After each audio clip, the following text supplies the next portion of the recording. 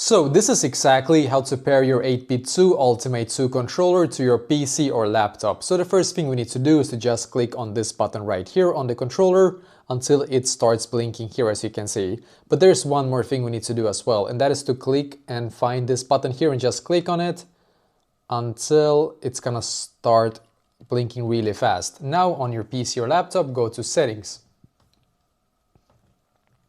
So now on Settings here, what we need to do is to just click on Bluetooth and Devices.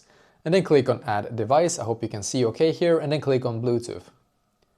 And then you can see the 8BitDo Ultimate 2 wireless here, just connect to it here. Just gonna take us a couple of seconds. And now it's connected here, as you can see. When it is, it's gonna say your device is ready to go, and it's gonna blink, or it's just gonna shine white consistently here, indicating that it's now working here, as you can see.